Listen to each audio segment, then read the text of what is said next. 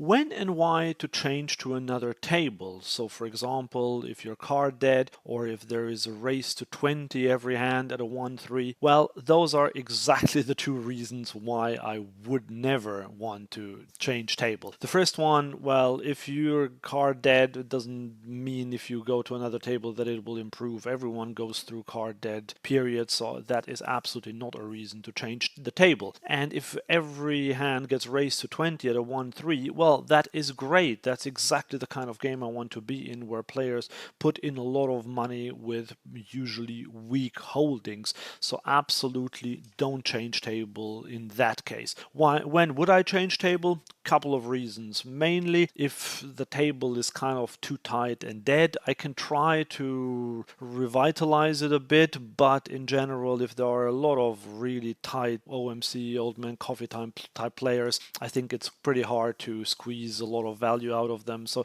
usually that, combined with me seeing that another table is much better, is much livelier, race sizes are bigger, people are looser and happier, that's when I would want to change a table. And the other reason is if there are a lot of short stacks at my table, because then you really need to have a hand. If there are lots of players with 20, 30, 40 big blinds, you can't maneuver anything, or so you really have to wait for good hands, and even then you can't win too much because they're just not very deep. So those are the only two reasons for me, really.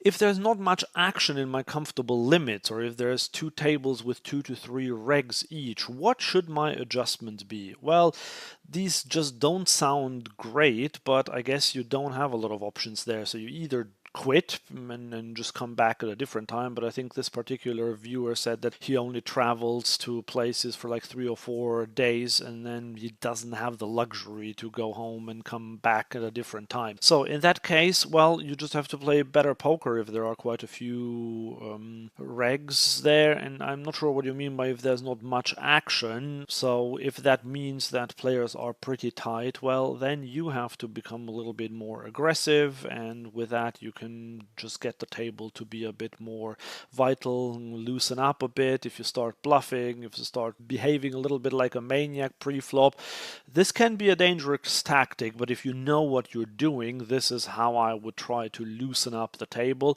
And then you can play the fake maniac strategy, where you become quite loose and aggressive pre-flop, and then players will clue on to that, and then post-flop you only really become aggressive when you have a really strong hand. So that can work very well. I've tried it a few times. That is a strategy that I would recommend.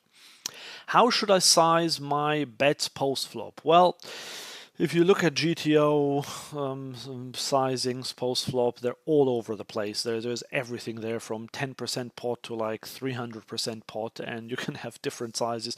So what I tend to teach is a very simplified way of doing it, and it would take too long to go over all of this now. But in general, what I can say is on the flop, I tend to go more like between the third pot and half pot if I'm in position.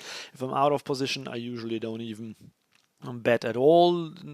I would usually check in heads up pots, but if the pot is multi-way, under some circumstances I will lead out there, but those will be rather small. So in general, flop bets are rather small. Turn bets, on the other hand, are typically more on the bigger side, because we want to bet with a more polarized range, which means that you bet with your best hands, potentially some bluffs, and you check everything in between. And if you're that polarized, that goes hand in hand with a big size. And on the river, I have a really simple solution for you. Just ask what you want to achieve, and then you'll see if you want to go for thin value, you go smaller. If you have thick value, you go bigger. If you have a bluff, you typically go bigger, but depends what type of hand classes you target for that. If you just want to get them off a draw or a weak pair, you might get away with betting a bit smaller. But yeah, this is it. Flop small, turn big, and river can be anything. Just depends what you want to achieve. If you want to improve your live poker game, the best way to start is by learning how to exploit your opponents. I've created a free little ebook that teaches you exactly how to exploit every player at your table. You can get it for free. Just click the link in the description below. My problem is this: recognizing correct bluffing situations, such as raising a C bet or triple barreling versus when this is just punting chips. Well, yes, this is difficult, and you rarely really know what's going on, because you can sometimes get it through and you think you did the right thing, but actually you just happen to get lucky there, or vice versa. In general, I would say recognizing bluffing situations, first of all, at the live low stakes, if you genuinely play a 1-2 or a 1-3 where the game is pretty passive, you don't need to do a lot of bluffing. Now, there are two scenarios where I like to bluff. One of them is in when there is a donk bet in a heads up pot, but even there I'm not going to raise straight away. There's more to that. I have a video about that. If you're interested in finding out how to play exactly that spot, write it down in the comments and I'll send you the link for that video where I talk all about how to deal with donk bets. But other than that, in general, I wouldn't do that. I wouldn't triple barrel at a 1-2 or 1-3 with a bluff, because it just won't get through enough. There are too many calling stations around. You have to risk a lot of money, a lot of big blinds there. So I just wouldn't recommend that. So quite often at 1-2 or 1-3, this means that you are punting chips there. And raising a C bet, again, like I once made a video, and I think I'll refresh that one day to explain exactly how that goes. But check raising also only really works against either studied players or in general players who just c-bet too much.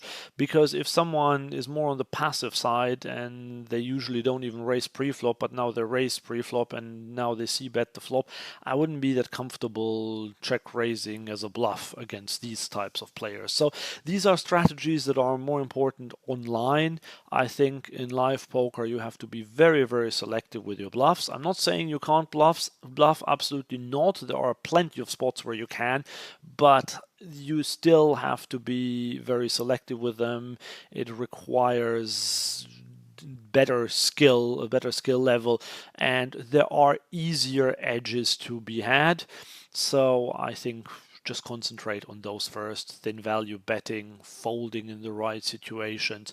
Once you've mastered those, then concentrate on bluffing.